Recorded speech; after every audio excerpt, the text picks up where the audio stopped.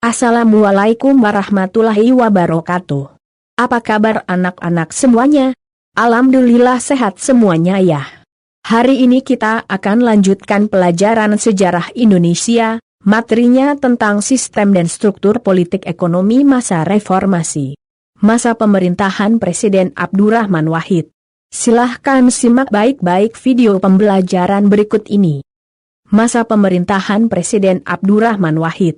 Abdurrahman Wahid, yang lebih dikenal dengan Gus Dur, terpilih menjadi Presiden RI yang keempat pada tanggal 20 Oktober 1999. Terpilihnya Gus Dur sebagai Presiden tidak lepas dari keputusan MPR yang menolak laporan pertanggungjawaban Presiden B.J. Habibie.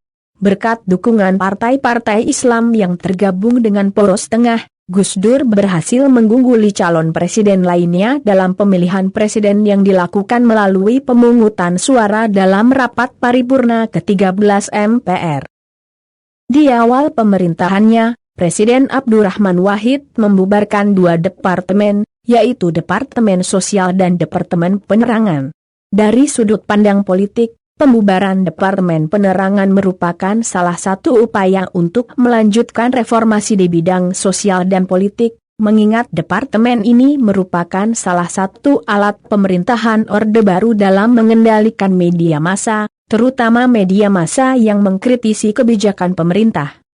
Pada masa ini pula, MPR melakukan amandemen terhadap UUD 1945 pada tanggal 18 Agustus 2000. Amandemen tersebut berkaitan dengan susunan pemerintahan Negara Kesatuan Republik Indonesia yang terdiri atas pemerintah pusat, provinsi, kabupaten dan kota. Amandemen ini sekaligus mengubah pelaksanaan proses pemilihan umum berikutnya, yakni pemilik hak suara dapat memilih langsung wakil-wakil mereka di tiap tingkat Dewan Perwakilan tersebut. Pemisahan TNI dan Polri merupakan upaya untuk mengembalikan fungsi masing-masing unsur tersebut. TNI dapat memfokuskan diri dari ancaman kekuatan asing, sementara Polri dapat lebih berkonsentrasi dalam menjaga keamanan dan ketertiban.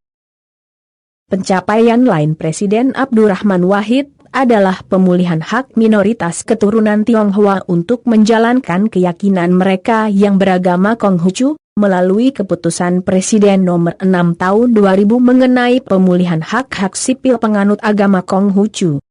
Dalam kasus komunisme, Presiden Abdurrahman Wahid melontarkan gagasan kontroversial, yaitu gagasan untuk mencabut TAP MPRS nomor 25 tahun 1966 tentang larangan terhadap Partai Komunis Indonesia dan penyebaran Marxisme dan Leninisme.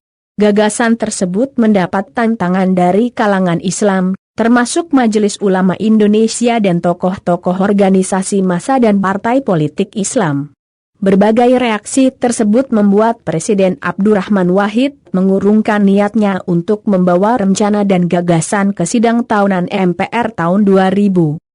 Benturan Presiden Abdurrahman Wahid dengan ormas dan partai politik Islam adalah karena gagasannya untuk membuka hubungan dagang dengan Israel, mengingat Israel adalah negara yang menjajah dan banyak melakukan tindakan pelanggaran hak asasi manusia terhadap warga Palestina yang mayoritas beragama Islam. Ini sama saja melanggar apa yang tertuang dalam UUD 1945 yang menjelaskan bahwa Indonesia merupakan negara yang menyerukan agar penjajahan di atas dunia dihapuskan. Kepercayaan masyarakat terhadap Presiden Abdurrahman Wahid dan jajaran pemerintahannya semakin menipis seiring dengan adanya dugaan bahwa Presiden terlibat dalam pencairan dan penggunaan dana Yayasan Deni Kesejahteraan Karyawan, Yanatra, Bulog sebesar 35 miliar dan dana bantuan Sultan Brunei Darussalam sebesar 2 juta dolar AS. DPR akhirnya membentuk pansus untuk melakukan penyelidikan keterlibatan Presiden Abdurrahman Wahid dalam kasus tersebut. 2 hari menjelang sidang paripurna DPR, Kejaksaan Agung mengumumkan bahwa hasil penyelidikan kasus skandal keuangan Yanatra Bulog dan sumbangan Sultan Brunei Darussalam yang diduga melibatkan Presiden Abdurrahman Wahid tidak terbukti. Hasil akhir pemeriksaan ini disampaikan Jaksa Agung Marzuki Darusman kepada pimpinan DPR tanggal 28 Mei 2001.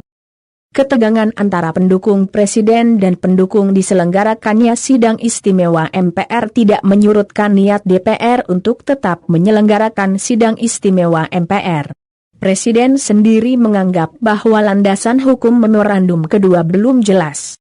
DPR akhirnya menyelenggarakan rapat paripurna untuk meminta MPR mengadakan sidang istimewa MPR.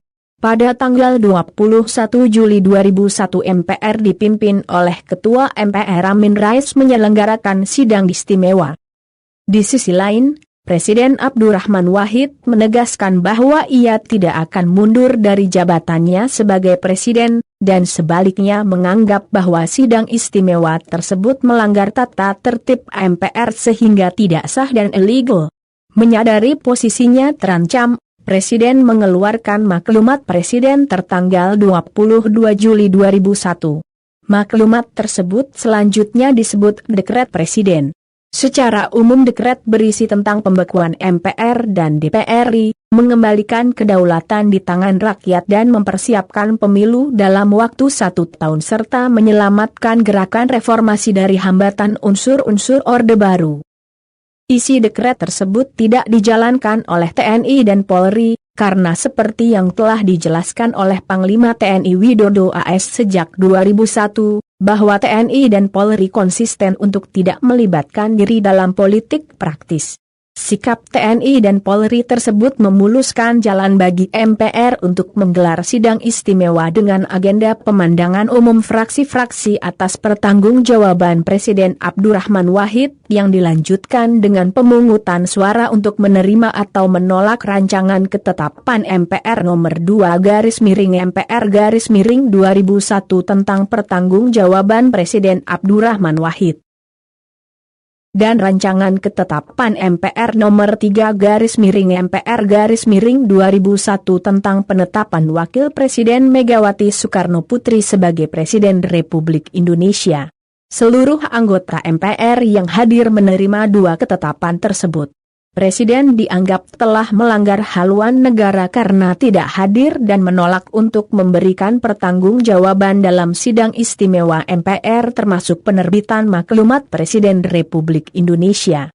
Dengan demikian MPR memberhentikan Presiden Abdurrahman Wahid sebagai Presiden dan mengangkat Wakil Presiden Megawati Soekarno Putri sebagai Presiden kelima Republik Indonesia pada tanggal 23 Juli 2001. Referensi buku Sejarah Indonesia untuk SMA, Madrasah Aliyah, SMK, Madrasah Aliyah Kejuruan kelas 12, Kementerian Pendidikan dan Kebudayaan Republik Indonesia, edisi revisi 2018. Soal pekan ini, silahkan kerjakan di buku kalian, setelah itu difoto dan dikirimkan ke WA Pak Guru, ditunggu 30 menit dari sekarang. Soalnya adalah, coba Anda jelaskan kenapa Presiden Abdurrahman Wahid dianggap sebagai pendorong semangat pluralis. Demikianlah pembelajaran hari ini. Semoga bermanfaat. Terima kasih. Untuk kalian tetap semangat walaupun belajar dari rumah. Wassalamualaikum warahmatullahi wabarakatuh.